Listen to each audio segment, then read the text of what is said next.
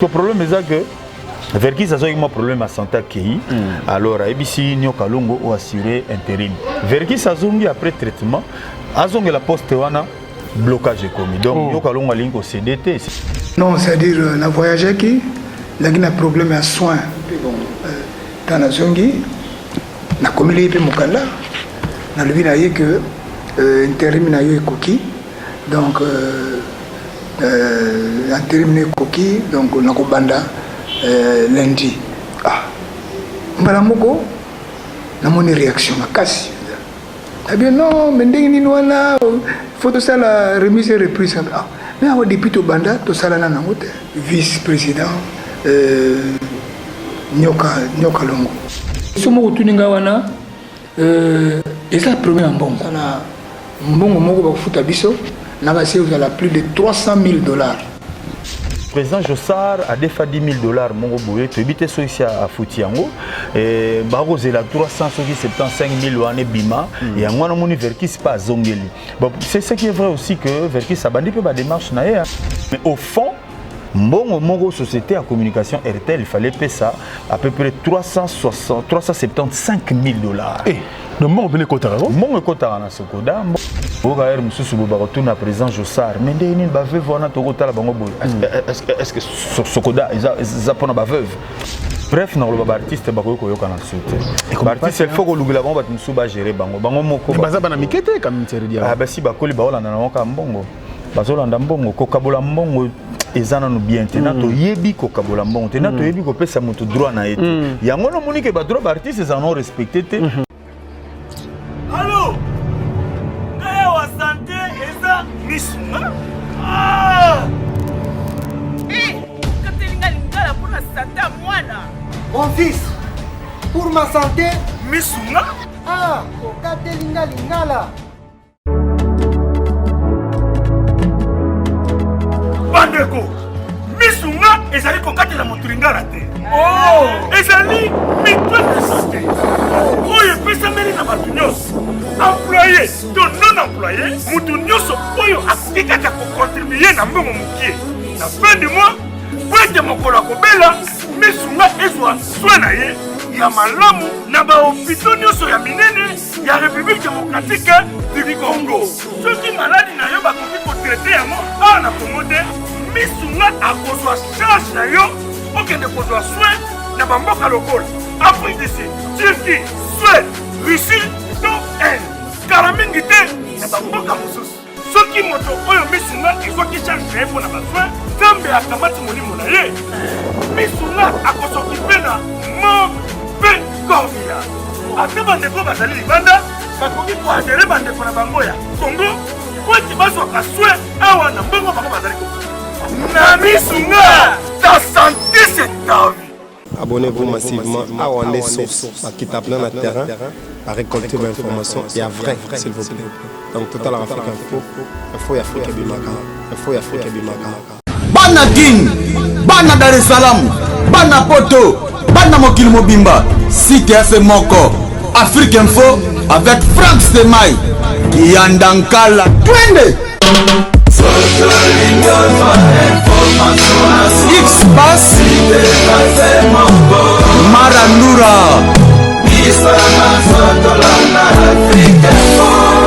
Franck Stemai. Bon week-end à tous et à chacun, mesdames et messieurs. Merci de rester fidèles sur www.africainfo.net. Merci également à tous les amis de Franck Stemai, éparpillés à travers le monde. Un grand merci également à tous les amis de l'émission Analyse, votre programme préféré. Aujourd'hui, c'est l'émission Analyse version Thierry Diawa, l'un de vôtres également, qui vous fait du bien. Partout où vous nous suivez à travers le monde, il y a aussi quelques sujets que nous allons débattre dans cette émission d'aujourd'hui. Il est là avec moi, Thierry Diawa. Bonjour, bon week-end. Bonjour Franck Stemai, bonjour na internaute nyonso oyo baza d'abord babonné na Afrique Info na ba oyo pe bazali baku ya otala ngoso si otala nde balobara au fini place wana bima rouge et puis na ngonga wana en tout cas on va rater ba numéro mususte. Merci na fidélité na bino et ça fait du bien. Mususu ba analyse mususu na talaka et nazomona ndenge ba bazo commenter malamu to mabe to mesana nango. Nicole Belé, hein? Vraiment, Nicole Belé, toi, mais na site natal Rananga. On a presque nyonso et ça fait du bien. Ils appellent ma matière oyo tozoraka. Et ça a un plaisir. Nicole Naolinga Mabe. Bissona Bino. Voilà, donc le matin, une tranche très bien animée. Donc, Tozoko distraire Batou, Moninbo, distraire ou divertir. Tozo Tala, moi, AV, Tozo tout temps blanc, AV. Alors, pour nous, Kimisa Sewana, donc de temps en temps, il faut rire, surtout na Tongoana, Soko Seki Momko, banda journée, bien que Elonguez alors Kangama. Voilà, donc c'est une tranche matinale où il verra presque de lundi à vendredi et tout ça, on a bandé comme ça. Très bien. Thierry, merci beaucoup de venir avec beaucoup de plaisir. Mais une mauvaise nouvelle hein, par rapport à Otozoa qui est dans Mboka. Oui, justement. Ça veut dire que l'avion est abattu. Sécuritaire Mokonza Mboka, chauffeur naïe. Jeep naïe blindé, bon, tout le matériel est abattu nano bakofi. Alors un mot par rapport à cela. Voilà, donc c'est quand même triste quoi apprendre que le président qui voyage, kozonga naïe, avion mususu mon anité tilelo et quoi il y a pito quoi il faut préciser parce que tout le monde a fait ça. On a une image d'illustration où bazo l'accès mais vrai avion na nous tebi si kezalité donc ça quand même malamuté surtout au niveau de la présidence chauffeur avait na mokonzi mboka depuis Kala plus ou moins 15 ans, qui est Karabongo, un père de famille, et ça, vraiment pas si ming. Et puis, il y a autre équipage, Bazala Kiwana, pilote, Banini. On ne comprend pas jusque-là. En attendant, Kondiba, le Balabiso, et le Konini et le Kaki, pour tout comprendre. Mais ce qui est vrai que Baza porté disparu, mais Bamati, Nambo, Kanabiso, Congo, Bakomi Kinshasa, donc, tu es sur Bazaka, na Mapataï. Ce qui peut. Bobelo, Babengaka, na monde, Babengango, triangle de Bermude. Oui. Triangle, on est mentionné que ce soit le capitaine, il y a Massoua, que ce soit le pilote. Donc, si on il faut dévier en musique. Si on a triangle, on a avion et Kobunga. Attends, les gens maille. Na bateau à Ekolim, Atazana Mouné, la Titanic. Peut-être triangle de Bermude de Salmina Congo. Bon, les gars, les Coloana, c'est volatiliser, disparaître, tout éviter. Mais jusque-là, tout éviter que Baza porté disparu. Matanga toujours ça là, tout là, mon des ordres de Salamaki à gauche à droite. Précisément. Et donc on a présenté condoléances nanga na ba famille Oyo, Bungisi, Bandekonyo, so ba voyageur qui na Mokonzi Mboka. Très bien. Koza la pende na Mokonzi Mboka ya Kitoko. Mais Makamba Boyende, ça l'a passé. Voilà, passé. Bando Balum, c'est biso pour bandi pena na page noire, la émission à Lelo. Et tous les dossiers sont sur la page noire. Tout ce qui se passe dans la Sokoda. Voilà, Sokoda. Société congolaise des droits d'auteur et droits voisins. Voilà. Alors, société on a et d'arabe artiste. Pour artiste, c'est parce que tous les société moko la SACEM ou il faut artiste. Mais bango moko ba ko gérer loko wana mikakato nezali. L'État sale la bino ngote mais bino moko ba pesi bino sko mikanda bo sale loko wana pour sauver ba droit na bino mais entre bino ba artiste bitumba e koleka. Yo ko imaginer Adrisha Tipoti pour acheter haute tension. Haute tension. La période de guerre jibena wera ya kenane kota wera. Asala haute tension abengango acheter pour no contrecarrer jiben pia na sala TH toujours humble. Alors bitumba ebimi azui vient na so Ben Yamabo président Shockstar bamba ena mabele. Non. Nyoka longa. Oh bitumba ko ba simana na nzoto nyoka longa ye ko pekisa zui nyoka longa tindiki kuna na ba te so Adrisha sala masano so nini donc vie akei komi sansale kuna pona bitumba kaka makambo etali misolo. Misolo ngo za ya bino moko kaka te za ya ba artiste nyonso. Ba artiste belé lelo baza soute ni ba kufa batika ba héritier batika ba veuve bango pe baza na droit mbongo na bino bozo ko bunda kaka pona likambo wana. La preuve en est que Ardanani Adrisha a suspendu pour na Sokoda na suspendu na ba fonctionner en tant qu'administrateur. Alors le problème est que Verkis a eu un problème à santé qui alors ABC Nyoka Longo ou assuré intérim. Verkis a zongi après traitement a zongi la poste wana blocage est commis. Donc Nyoka Longo linko CDT c'est qu'il faut assemblée générale ba vanda ba condition il faut remise et reprise de makambo belé mais au fond Mbongo Moro société à communication RTL il fallait payer ça à peu près $375 000. Donc bon on kotara. Mbongo kotara na Sokoda, mbongo kotara nango mais bakabula ngo bien te. O ka er mususu bo ba retourna président Jossar. Mais ndeni ba veuve wana to kotala bango boy. Est-ce que Sokoda ils pona ba veuve. Est-ce que bango baza ba artiste. Mais on oublie que ba veuve wana ba ya kapo mibali na bango bazalaki lokola bino. Puis bino pe bona basi na ndako. Lobi botika biso na mokili. Est-ce que ba osala basi na bino pe bongo? Soki ba wa ba monaka boko sepela na o ba osala basi na bino to bana na bino. Donc ba droit neza pona ba Maman Pauline Lelo kenda kaka bongo mais est-ce que bana na yeba ko question na Sokoda ba ke zwa mbongo yango no moni mboka na biso to mi boma na biso ka pamba. On a tout lié l'utile à l'agréable, tout à l'extrait. Il y a explication ou encore mini point de presse où yo vient biso wazola nzimbo vers qu'est-ce que moi organizaki na bureau je na bureau Sokoda to libanda pour on salle conférence de presse mo on dirait ça pas na na VV Center pour qu'on a côté tête bureau ça jusque là non côté tête. Ah d'accord. Alors suivons cet extrait bien sûr de ce mini point de presse de vers qu'est-ce que Mongala et à tout de suite. Non, c'est-à-dire na voyager qui il y a un problème à soins. Il y a un soin.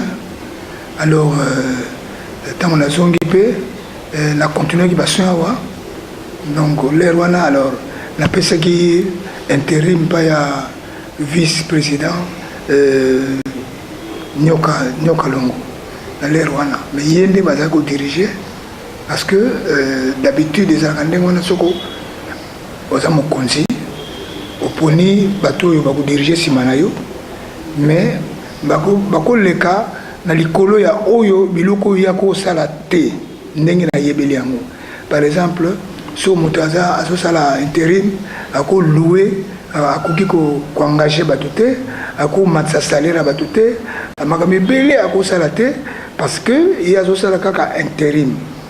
Ya mwana mona ki azala kiawa tant na songi pe bon Tana zongi na komili pe mukanda na lebi na ye que intérim na yo ekoki donc intérim na ekoki donc na kobanda lundi mbala moko na moni réaction makasi eh bien non mais ndenge nini wana faut to sala remise et reprise mais awa depuis to banda to sala na nango te biso to banda depuis to banda atana ke poto atana ke na Inde ake partout boye na bakaka tel bon ça l'intérim ngana ke boye mais na tiango tsiko na mukanda allez batindeli tango lozonga pe na komili pe mukanda alors cette fois-ci ezaki pe ndengwana na komi mikanda mais na constaté que azaki d'accord na ngote na bi oh mais ngam to na sali mukanda ya intérim. Hein? Mais je ne sais pas, veut dire, oh non, ouais. Et ça qui même problème. Et bien nous, donc moi, on a un hôpital dimanche et lundi, on a un banda. Comment il y a un boulot? Mais, intérim. Oui, à bout côté d'intérim. Non, à bout côté d'intérim parce qu'il y a le Komoko qui t'a bientôt. Mais avant que nous président devancer biso non na statut na biso azana droite ata mokete sauf ce que peut-être na kufi ou bien à l'étranger et date assemblée salami et commis bon voilà ça va mais ngana zali sur place alors nazaki très très surpris mais babengaki bon na présidence et pourtant nazaki nangaka ba yebisi ngaite babengi bango pa ya ministre basenga ko audience pa ministre na biso et ayambi bango et bayebite que basosana encore parce que bayebi que naza libanda bakeba ministre donc on a na ndako mais qu'est-ce qui se passe téléphone non bayambi Sokoda comité conseil Sokoda mais on naza sur place ya mwana comité intérim ou bien comité direction ya Sokoda normal ou bien je laisse avec intérimaire on a commentaire je laisse là dialogue intérimaire au ministre ya baki comité original ya Sokoda et président Sokoda non wana ndenge na yebeli nga parce que yemo tant na yaki autant on a kota kiawa souffre qui ngal bino nazana intérimaire yemo aza reconnaître ngo mais au début n'a pas yaké pas ba konzi tout ça mi pesa le rôle aza titulaire nango on se dit les autres bas dans mon assimana on me doit expliquer les choses bien ni les autres dans assimana semblait ça mais ma autre on parti est-ce que vous avez marché vous êtes dans des coins mais quand vous expliquer les choses pour mais il n'a pas parti ni les accords tu la meilleure pour expliquer les choses mais ça veut dire que ni les collègues na Sokoda parce que bana organise banda Sokoda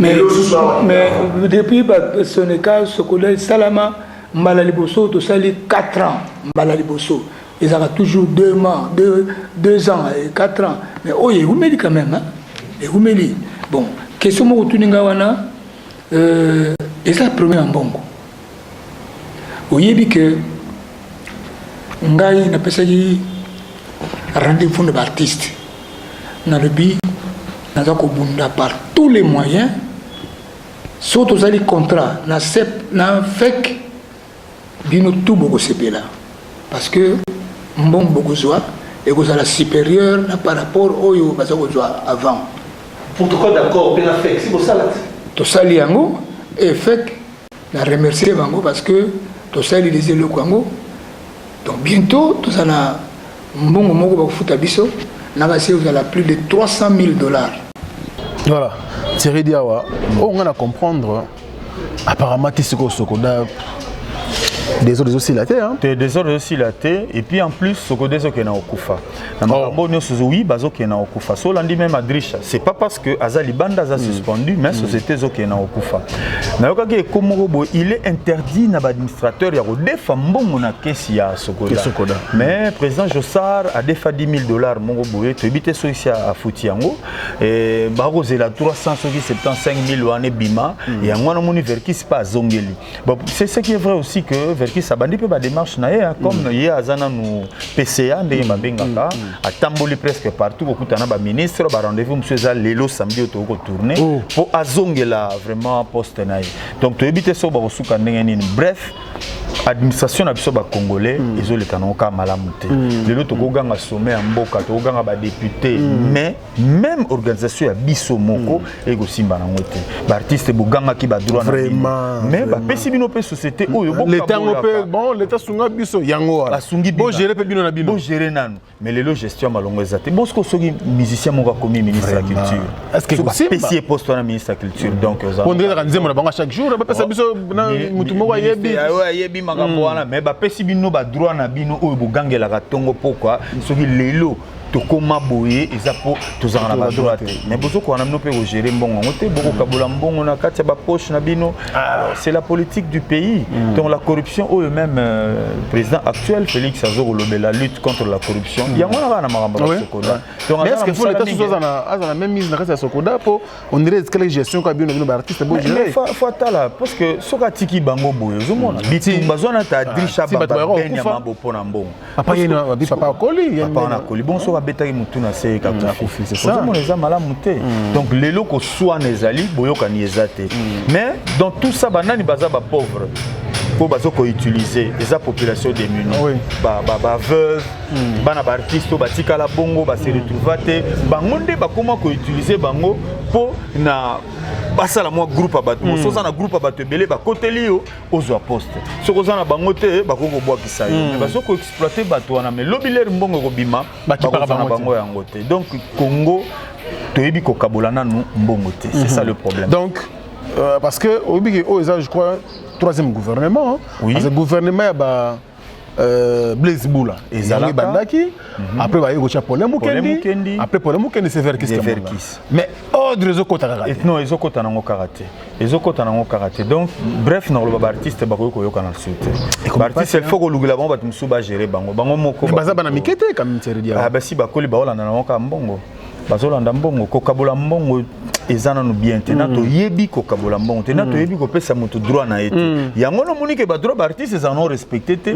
po bango mo na ba yebi ko pesa droit ya musicien te ya collègue na été zona ba orchestre boko vanda na artiste ba tamula iso longo ke na yo sala succès donc on dirait nyama non ozana na droit mo te lo bana ngo mosaka na landa ki quelque part à lobby o sala na société boye mais lobby ba ko sengela yo ba ben ngo nini des comptes finales mais est-ce que na société des comptes finales elle atika BCBG mona lempela ya kozala mbongo ezalaka te Fabrigas lelo bima est-ce que cousin moko loba weransone kasi Fabrigas pas betaki apesa modimi rien bakozwa te et salema partout que ce soit na vive la musique depuis musique et banda ti lelo ba droit d'artiste ezalaka nango kaka te mais banzembo na bango ko betama partout pour intérêt ya batu mususu donc loko lelo ko wana même na carte na kati orchestre ezate droit yebanité bolimbo memongo siko na niveau likolo ekosimba te donc pour nga sogoda ebo ekufa nango ba bomana bango non mais tant pour le quelque part c'est dire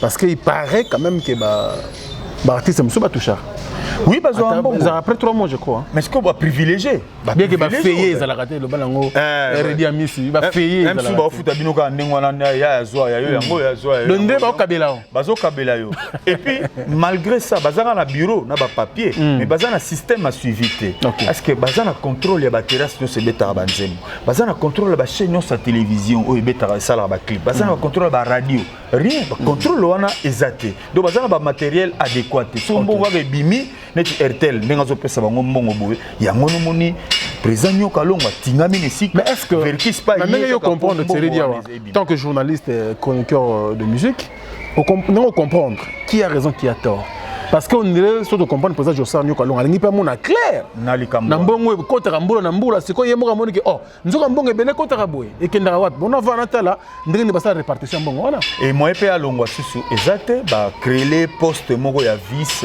PCA donc ba créer poste à la vice donc na sima verkis donc pour dire que ba yokani mona mai to bomana te to revester te pour population ko ba keto we la mbongo vanda na soke bimi to ebinenge to kabola président verkis ngatem na pesa ko wana Kinchester mtabengake Wazolandimbo donc Wazolandimbo muto alinga mbongo donc quand il s'agit d'argent en tout cas ayaka mabe de fois à la peine de bomona ba papier et bima donc c'est vraiment triste pour na mboka na biso to ebina nous gestion te tozana on attente te et surtout le kambu ya mbongo vraiment c'est désolant ba droit na bino o bosengaki ba pesa bino société mais beaucoup on a bino ko gérer te to bobo sanango to que un jour botata musicien ministère de la culture pour donc vous souhaitez monter hein non je ne souhaite même pas musicien ko gérer na makama ministère non atabache quand tu as ba musicien minene to ko chama mata to mukolo moko boy wana e simbate ah bongo to mutamayele verkis pas mukolo verkis pas mutamayele baza mutamayele abi makambo ba droit na banda kala depuis VV et puis là j'ai rappelé nini comment VV Center oh monsieur Zaki ba droit Soneka voilà j'ai rappelé Soneka donc baza quand même ba tomayele ba yibi nengo ça les a question un manque de volonté ndenge to ba pas policier volonté politique bango pe baza na volonté wana te ya ko salisana ya ko kabola mbongo kitoko moto nyonso alia so ba yibi ka ke mbongo zo bima il faut ça bitumba il faut bima na matanga ko to mona ngo bongo na makambo ba droit d'auteur na pasi na ngezaka bana ba artiste ba souffrir ba veuve ba souffrir ba artiste en total ba musicien mais ba théâtre pe ba peintre ba plasticien ba dudu ba kenda ba c'est belé donc quelque part ba to pesa ba artiste ba confier ba bona ba ngomba sokoda wana ba fali pour te ba za bona raison ba ebelo za kunata ba ebelo za kuta bango ba kena bona mamba ça ya poto wana ba poto ba se retrouver zo même Blaise Boula azala pe na sokoda na zara na sasem na ye azakuna c'est bon eza sûr eza ya kuna ba virele na banque sans problème pe bazo contrôlant que Africa numéro 1 yembaki et tchaki ngo pendant autant de minutes et les kaki na RFI et les kaki bon donc ils ont le contrôle mais awa to na base te sur base de quoi ba kofuta yo mbongo po ba msusu pe baza wana to kende pa to zonge pa ba œuvre nini bango basala ebetaka wata parce que po ba futa faut œuvre betaka mais œuvre ngo tamsusu ebetaka nango te to bosana ngo kutu mais neti radio ya papa Molière il faut quand même balandela ngo po ya tiaka banzembo régulièrement mais est-ce que papa Molière a fait ça quelque chose point d'interrogation c'est vraiment triste pour les artistes donc artiste na biso to kamoraté so ba kufi to mo sangisa mbongo po mbongo na bango yango na ngo kaka pe bazo kabola ngo kaka entre bango na bango lelo komi bango na de so ba tio na poste Et comme on dirait mangeoire. Comme mangeoire. Bosangana kaka wana moi 2-3 personnes. Bomole na bino les autres va souffrir de souffrir. En dernier lieu, nous sommes kaka na président Jossard, nous sommes na Verkis Kamanga na administrateur nyonso. Total oyo ya lobby. Autant père au vivre les lots que zaki 10 jours. Soto là to la muke tika 9 jours. Donc tozo kene na biso no sonzela moko. Ba oyo zo komona na to kabola tango tozali bomoyi eloba Paulin aimons nous vivants. Aimons nous vivants tango toza na bomoyi to lingana. C'est très important. Alors, tu veux dire notre thème, ils allaient disparition à papa Autobeng Papa Brazos. Tchara Congo, clin d'œil spécial. À Gangi, na ba TV, na ba radio, on a médias en ligne, à lobby. Mais on dirait. Lui, il a la volonté en Zambie. Oui, mais papa sera koufi lelo. Oui, c'est vrai, tant on a écouté. Mais maladie est nyokoli eti na suka mikolo na ye.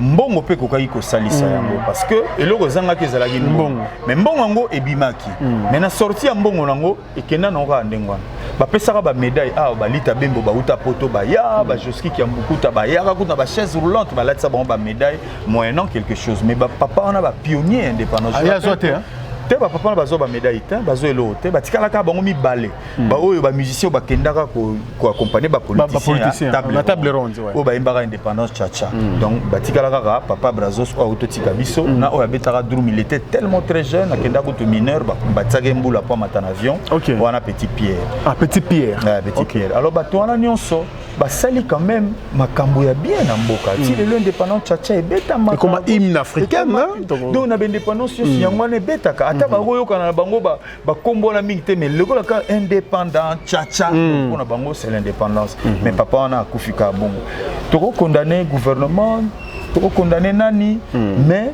na gouvernement autoleka oya présidence autoleka mbongo ebimaka mais nani aliaka ngo kaka ba politicien bali mbongo wana papa se retrouve pendant que muto souffrir ba se revana ngalema na yoka kutu famille na ye moko bakenda ko tala mokonzi wana oyo alatsaka bango ba médaille ba osala na chancellerie obi ka pesa moko $20 à transport bazo na papa donc papa kufi na yeka na kati ya ndako na ye divan kaka wana donc pasi butu moi pasi kaka ndengwana est-ce que neti ye na nzembo na bango basala wana indépendant chacha bazaki na en fait bazaki mina faut faire bazo ba droit na bango mais ba droit nzembo betaka partout nzembo nyonso za na droit nzembo nyonso za na droit d'auteur nango mais est-ce que Sokoda pesi ata quelque chose toto banana Sokoda est-ce que Sokoda pesi mais lelo ndenga kufi bokoyoka ndenge bakosala mukanda pona ko kotisa na gouvernement mbongo bimba ba cravate ezana na ba sachet na latama te ko latama ba veste ko latama jipe ko bima madini ko vanter papa na Brazos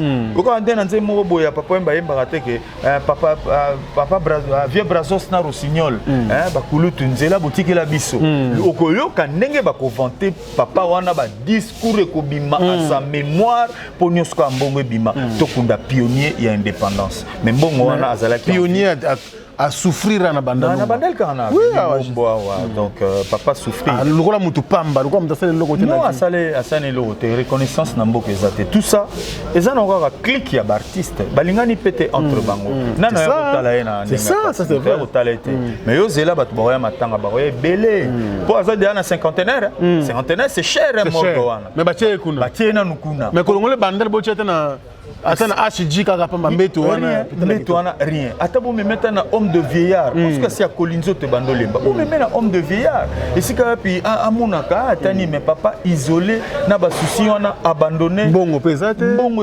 mutako des fois ko lia passé donc yangwana tango zui ya yo bombaka o soko compter pe na l'état oyo osalisa te pour l'état ça n'aura constitué na batu alors batu wana ba osalisa na bango yote soko zui ya yo eloba nango redi ya misi bombaka na vraiment conseil wana redi ya misi apé ça j'espère que yimo pas bombaka bombaka bozo tonga vraiment pe son nom papa Brazos ezali passé franchement il a passé ko perdre icône ndengwana et puis akufa na ba condition wana nandako donc abandonné aloba neta ko rotambola te donc faut tambola faut na mona vidéo moko d'ailleurs diffusé na télévision pour na senga kaka ba konzi ba salisa et puis une semaine après to ki prépare ma fufi ngala ozelaka ba na ba veste Mais baroya na ba. Bon mon ambo mo ba bisile peut-être $400,000.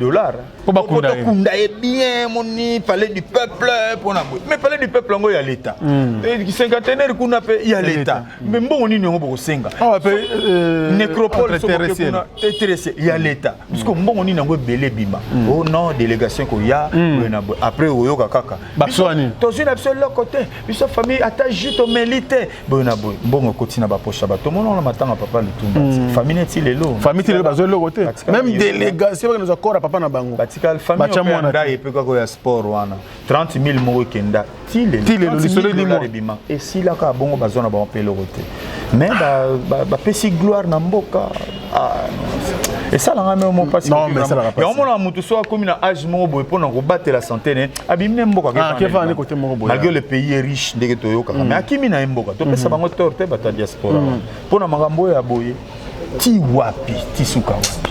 C'est triste. Batapoto je pense baloba absolument tout le temps. Mboka wana za mboka na biso mer, mboka makambo leka kuna. Ah, des fois ils ont raison parce que comme on a icône ndengona lelo azala abandonné na maladie, mtado qui peut être affaibli, mais bon, question me repose un peu, je pense que bando rebelle au botel rabiso na poto boza vraiment na raison. Bon lemba biso pété. Pour ceux qui peut diaspora temboko yo. Ah, ndesi bazipango. Ah, Western Union c'est comme ça. Et Western Mboko, mon est comme partout. Ils ont fonctionné pendant. Comme il a pas quoi bavini. Ezara na entrée sortir raté. Papier que ndami babu de papier chaka. Babu papier côté à retrait na envoi. Il envoie la belé mais côté retrait hôtel maboze la pesa na biki hein. Et si il va kati mususu. Mais côté envoi depuis ba chali boke wana. Nana rotinda. Nani rotinda mbongo bimakate ekota en tout cas merci na bino. Tozaka bandeko na bino bolé baté. Okomaka ko rotinda lisusu te po bozo solo la bien tete botinda kaka. Tozaka bandeko na. Sabino Mobulu, non, je pense que José Moulumba, il était sans son ngana aya Congo télé pa kenda poto. Tokembo habi na omona muntu souffre pe na ngate. Ça fait quand même mal. La Congo na Kinshasa tout le monde souffre. Abi na okabela nani na kotika nani. Maladie, poto, ebembe, poto, collation à mon maternelle, poto, babona né Noël, poto, finalement. Et on a souvent appelé la poto et bataille en appelle à Congo. Appelle à Congo sur ni Suzuku héros. Pour bien avoir un problème. Problème gars. Pour les babisoter pardon. Et puis nous ne pas me la rabine si vous allez en tout cas vous représenter mingi pour na vie na biso. Et tous allez là José Moulumba le Bogard de Birmingham. Mais le 19 était événement. Et le banango. On a biso Beni Barcelone. Donc bengo Birmingham on en Angleterre. Angleterre. On a des rondem nous on a livre sterling. Sans zango il y a un grand prêtre. José Moulumba, en tout cas, je sais qu'on est ensemble. Alors, Thierry Diawa, je pense que dans la émission Mogo, Glo Roland Salakina, artiste Jean Goubal, Kalala, tu peux s'y embotter. Il y a bien ça honorable et à peuple, mais à palais du peuple. Palais du peuple. On est comme à palais des honorables, ça se palais à peuple. Palais à peuple, ça n'aura pas libanda. Tu as su qu'on a taillé, on a palais peuple en France. Ok, ça, qu'on a fait honorable. Les bosses arrivent à Ora, Robeta Kuna, conseil de Robeta, même dans des années, moi, palais culturel Nabiso, mais le lieu comme palais politique. Ok. Tu as la politique. Alors, si on a une question par rapport. Il y a tout le monde il y a, je crois, une 2 semaines. Un comportement au Boketchou, premier affiché, qu'on passe sur le drapeau à Mboka. Alors, réflexion à Jean Goubal. Mais quelqu'un peut qu'on tikengaï, on a réflexion de. Bon, à Sali acte quand même il y a Malamuté. Boketchou, oui, à Sali acte à Malamuté parce qu'il est toujours congolais. Sauf pas sur le drapeau au Kominani. Il change école, donc Aza toujours. Alors on va en Belgique. Oui, tout bon. Mais Aza congolais. Mais à l'endroit Congo, est-ce qu'il y a ça la marche pour un roi belge? À ça la honte pour un ministre belge. À ça la cara pour dire que Azanan congolais. Et ça nango acte à Malamuté. Missus Baloba, Azanan ko tissu à Pamba à passer mais ça emblématique, ça symbole aux Zolaksa Mboka. Donc il y a quelqu'un qui passe sur la montée, mais à réclamer, bah droit n'a pas tous en la démocratie, mais qu'on passe sur la mboka, qu'on passe sur la drapeau, et ça n'est qu'au renier mboka no ozu soki ya impère obakisi oni wana eza nango loisir pe vie boke tu akoma ne pas kolukaka ba buzz ndenge wana acte wana na kolinga susu te ba congolais mususu ba imiter ba landela yango kokanga yo to kokanga ete wana ko problème mususu wana eza ba justice ya ba mboka wana na kokota te mais asalaki acte moko ya malamu te azana droit na ya ko réclamer parce que lelo mutu nyonso akolinga Tshisekedi te il faut opposant azala po mboka etambola bien yepeli suneza pe na opposition balobi nini a 15 millions moko ebungi il faut luka yeba 15 millions pe ekei wapi donc ezaka une façon bato wana le baoloba bazo réveiller pe pour otambola pe malamu to na démocratie to na deux tendances biso nyonso toko appuyer ka Tshisekedi te biso nyonso toko zaka simaya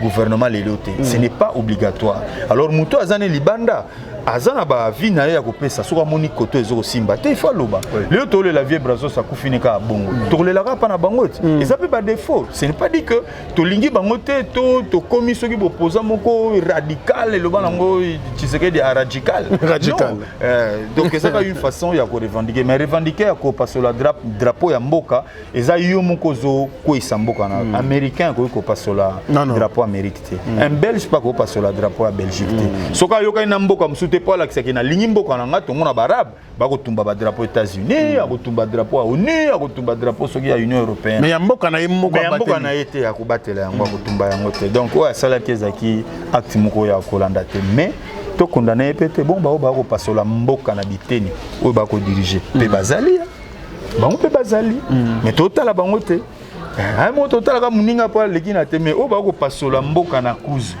bazali to ça bon la République démocratique. Bah parce qu'on a cause de. Et mais kasi soki muto a bapesi Sokoda a kipe une portion de la population. Mbongo bozoko kabolate, boko futa batute. Ozo paso la mboka. C'est comme ça. Ozo paso la mboka. Sokoda il faut payer sa papa Brazos moi quelque chose pour assez faire soigner. Pour payer si était-il le a koufi. Bo paso le mboka. Donc batona baza et belé awa otoko tala bangote. Na lelo na toile 15 millions 15 millions. Ce qui effectivement que bungi que bato ba ibiango. Batona ba paso le mboka.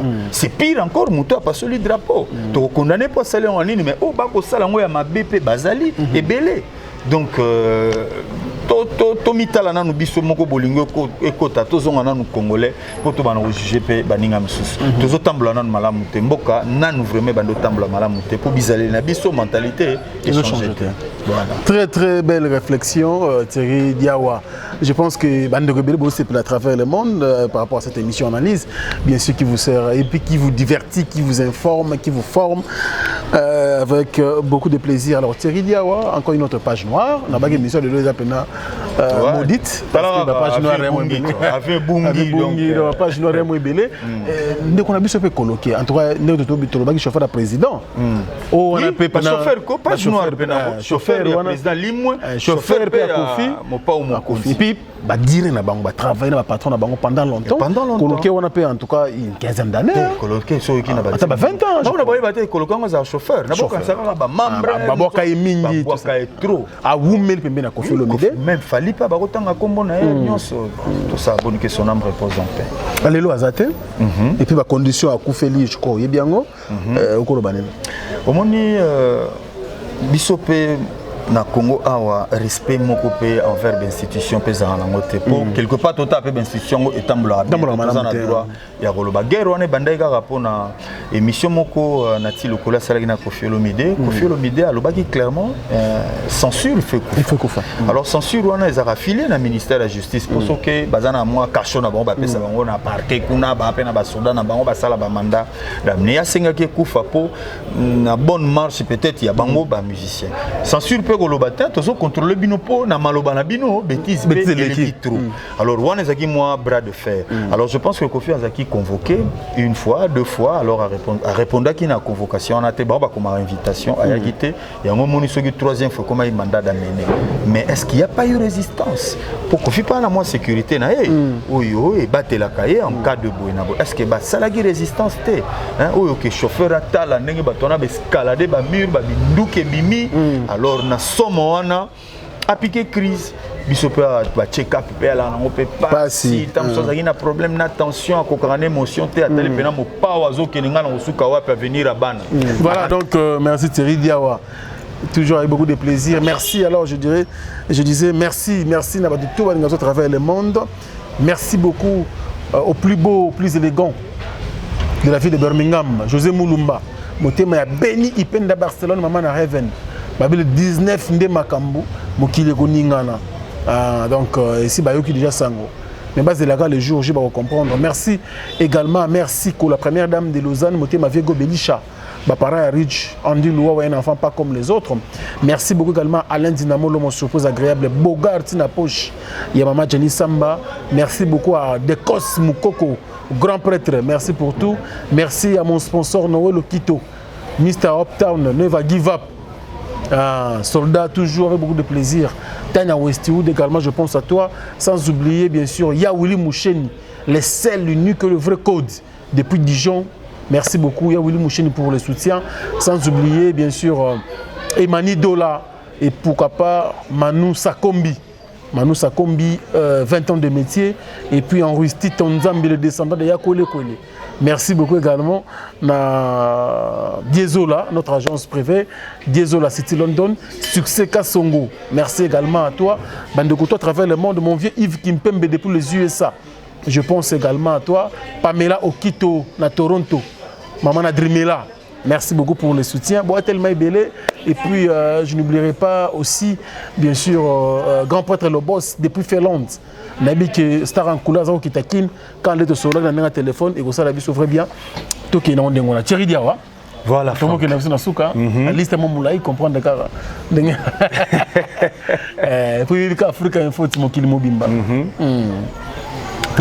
Qui yandankala tout qui yandankala tout qui yandankala ngolo bani qui yandankala te wana bilo kasama na bimisango boeti mo na lobango 5 ans Afrique Info na bimisango tout ndeza ko tokende donc qui yandankala eza bilo kasama nazoluka ngo bilo kasama te pena na mai na luka yandankala ngo poto tout ende mais na dévoiler ngo après 5 ans ouais rosa bateau maritime te na 3e année 3 ans déjà félicitations na 5 ans on dévoilé qu'il y a un dankala.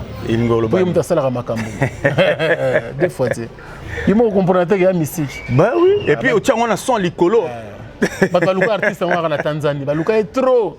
Ah ouais, yemba nzembo. Ah yembili ba site trop mikolo. Ah bon? Ba ko ba Afrique Info. Ah c'est balanda gyo. Balanda. Katsira ne ngwana. Faut balanda. Alors tout le monde souka dia. Vraiment en tout cas merci beaucoup. Ngaba banga nanga. Moni liste ka ko ya sali. Batouana donc le bel on de liste ya fait na biso na bayilo kanto bayilo yo ka susonita ko mobimisa na mona ka bomba sute ye pene sala wana o zela nan pardona silisa mais na mona ka ko mutalika sala ko takana se pas yenango ngasko liste na ngeza na muto franco moni batu to franco boki nga pena boki bino sko fa 3 dona liki le botala pengai l'herbe botala ye le botala penga en tout cas merci et ça la plaisir ne bo soutenaka site na bino de botala ka Afrique Info les Arabes c'est partout dans le monde même si on a Kintolanda à un téléphone au Talina au télécharger car au Talina on a écouteur na au Talina sans problème donc si on peut battre au vani placement battre bête ma soleil zangatina tiens écouteur na mato Afrique Info voilà donc on a souka mais nouvelle mot c'est-à-dire merci à Fali oui tout pour ça moquer hein oui bientôt c'est pour bientôt. Alors en février, on souhaitait qu'à bonne chance, n'a fallu pas parce que vous avez la première, un faux penza au Robimake, concert à Potezongi, à part fallu Kofi Pazo préparé, mais bien après. Donc Arena, en 2020, à peu près plus ou moins 42 000 personnes. Arena, donc ils ont moi bévénomé Zonga. Combattant, Bokoto, et Binonion Sunenge Bozalaka. Alors, vous avez déjà informé que le Congo Ozala, cette fois-ci, tu limité que désordre de Ozala, les sous-sous, il fallait abéta parce que Azali Moana Bisso, Aza partout, Afrique Mobimba, Azokende, Honneur Amboka, pourquoi pas en Europe? Donc, tu peux sa chance. Le Lomino la musique Nabisso est diminuée, comme Ivoirien, l'équipe Bisso, c'est parce que Bisso monte chez moi calme. Le Lobo comprendre que le système peut Amboka changer, le système politique peut changer. Alors, cette fois-ci, bonne chance. Artiste. Maintenant, c'est pas la peine, tout au bout, tout ça l'effort. cette fois-ci pe Schengen on peut le zonga nango maison Schengen les zonga to se retrouver pe kuna to za kuna oh ya dire ami qu'il était mais cette fois-ci to ça to que to mona to peut se ba combattant beauté to se pele longo et aux ala bien donc pour une fois félicitations artiste Fally Ipupa de King le roi oh ya kangi mato ina belobi donc to ça la boulot donc la musique est moins belle bah son oui Inosbi avec Yope oui c'est bon on les génération Inosbi bin ça banana biso peu autant to bando bota lelo donc ba Fally ba génération moko ko banda depuis à bandara na orchestre royal na académie en fait à part quartier latin les orchestres moko à bandara na ngwana tala latin et puis ti ba quartier latin en tout cas ba sali moi trop et faut se le dire ba Fally Ipupa ba déjà artiste à plus de 40 ans si ba ko le ba Inosbi bazali bana ou biso to boti ou bazo sepel sabala na biso courage donc il faut pas qu'on mélanger les torsions et les bien Philippe nazo yoka e bango nyonso bakonga système que so yemi nzembo alinga kufa aseli nzembo na corbillard o akoti na cercueil botika ko bangisa biso OK ne pas kofi kuna oh je vais rendre l'âme ce jour là tous en a besoin na je laisserai ma vie sur scène. Je vais laisser ma vie sur scène bon peut-être c'est sa vie artistique oui les derniers concerts bon on a profité donc le rôle album Asuke Simbagité je crois que ce sera son dernier concert où il va laisser sa vie artistique et professionnelle non cette fois-ci au Simba la musique tellement, la musique trop. Ben oui, c'est un Moi, musicien. Je ne crois pas. Kofi, c'est un musicien parce qu'il joue à la guitare, il connaît l'instrument de musique, donc c'est sa passion, c'est sa vie. Bon, il a déjà tout fait. Bravo à l'artiste.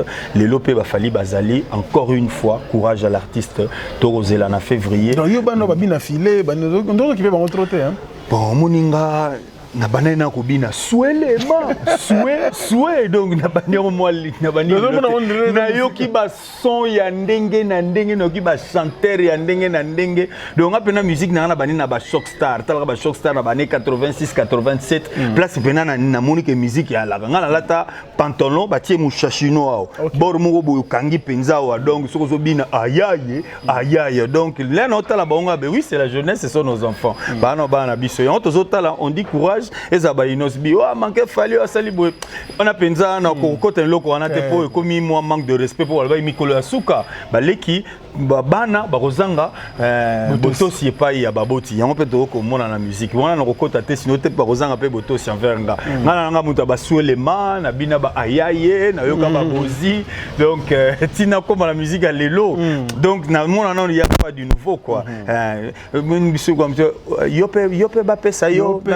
pesa yo parce que texte moko mukuse yo pe ba pesa yo menga na yo ka penza Kofi ba diva bien aimé laisse-moi t'aimer wana chambre pe no tie cassette disque on a ba cassette talaga na ba obeta ngo ba pareil à la suite ezali bilokos ah ba la poto si ba kotsa bilokos na no bela na chambre on a fini na play donc yango to la rasoro et style nango pak et kati on a dit voilà merci Thierry Diawa de venir donc mesdames et messieurs votre émission Analyse touche à sa fin merci donc à Thierry Diawa parce que la version Ramon est belle analyse mais tika la Ramon balé version Botalikasu na version Thierry Diawa bien sûr mais si ko pena na zongi pour la moni mboka zo kene pena bien tenga pena na comme député je vais postuler en 2023 c'est tout le monde faut comme un politicien faut na kino loba na parlement pour moi na Congo tout ça na bazakara lobaki na koti kuna kokite na bimi ya kena na fimbu fimbu na parmeza tenga na ke koloba to bongisa mboka na ke koloba to na yo moko na 40 so ba 4-5 quelques wana na 409 voix mais est-ce que bango nyonso bakozala na makanisi na ngate o bakopuyenga bale na aux côté majorité ce côté majorité tonine bon pour l'instant naza non indépendant oya ko sepela na ngai azui ngai mais attends na majorité na kolobaka so ba valider te mais on est là pour parler pour te sauver mboka biso ndem to tambla na cité biso ndem to yoka pasi bon ba lekanga na ba jeep ba fortunaire ya ndenge na ndenge mais biso ndem to zo souffrir vie to liate ernios ko pesaka to za na biso pe na mbongo te ernios pesa 2000 yo lekanga na molaro no yoka atende ba yaka batimo ba gumba makaka moko donc ça la na kapo donc olembi na yo mokalo photo diminuer souffrance on est gouverneur de la ville aloba itokabela bango souté mais bazan eloroté ba vivre ndenge na mawa kaka compassion école comme yo fele mais ba petit wana kaka na boulevard tellement bossa poste bazo yakanga kuna komaka di classe comme fele que notam ta bien attendre ni kabenga kaka tout ça la bonne. Merci Thierry.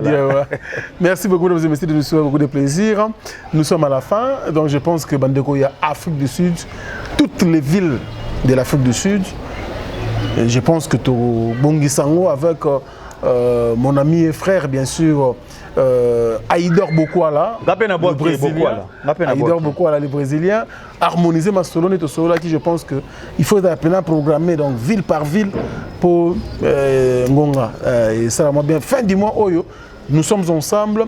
Tout ça, Franck Stéman, Nabino Suko, Pena Mabele, avec beaucoup de plaisir. Donc merci Nabandeko tout. Kadi Izebonga, le fils du trône. Je pense Yoib Masolo, l'héritier du trône. Je pense Yoib Masolo tout. Torobongi Sarakana, prêtre et tout.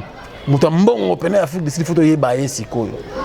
Et puis artiste au Afrique du Sud, il faut y bailler. Oh, ça Makambo. Toye bailler Kakana Afrique Info Boebi et qui te la bino Siko. Nanga Moko Franck Stéman, j'arrive là-bas pour que toi harmoniser ma sonneuse à la. Merci à Maïle Sadik Papa Narénédi. Merci à Bande Couteau à travers le monde. Et puis Henri Moubenga, le gagnant, mon ami d'enfance, merci de l'assistance. Et puis je n'oublierai pas Dylan Gontsebe ainsi que sa tendre épouse. Et bien sûr Clarisse Ntanga Mouyembi. Merci pour tout, avec beaucoup de plaisir. Texas Katadi, on est toujours ensemble. Merci à vous et à très bientôt. Au revoir. Allô? Wa santé et ça, Missunga? Ah! Lingala pour la santé à moi là. Mon fils, pour ma santé, Missunga? ah, Lingala. Bandeko, Missunga ezali kokatela moto lingala te. Oh, ezali mitoile de santé. Oyo epesameli na bato nyonso. Employé to non employé, moto nyonso oyo akoki kaka kocontribue na mbongo mokie. Na fin du mois, po ete mokolo akobela, Missunga ezwa soin na ye ya malamu na bahopitau nyonso ya minene ya République démocratique du Congo. Soki maladi na yo bakoki kotraite yango awa na Congo te, Missunga akozwa charge na yo okende kozwa soin na bamboka lokola Afrique du Sud, Turquie, Suède, Russie to Inde. Kala mingi te na bamboka mosusu. Soki moto oyo Missunga ezwaki charge na ye mpo na basoin, Nzambe akamati molimo na ye, Missunga akosokipe na mpe Korbia. Ate bandeko bazali libanda bakoki koadere bandeko na bango ya Congo po ete bazwaka soin awa na mbongo bango bazali na Missunga, ta santé c'est ta vie. Abonnez-vous massivement à Wandé Source, qui tape dans le terrain, à récolter l'information. Il y a vrai, s'il vous plaît. Donc, Total Afrique Info, Info Afrique Bimaka, Info Afrique Bimaka. Bana King, Bana Dar es Salaam, Bana Poto, Bana Mokil Mobimba, CTF Moko, Afrique Info, avec Franck Stéman, qui Yandankala, Twende.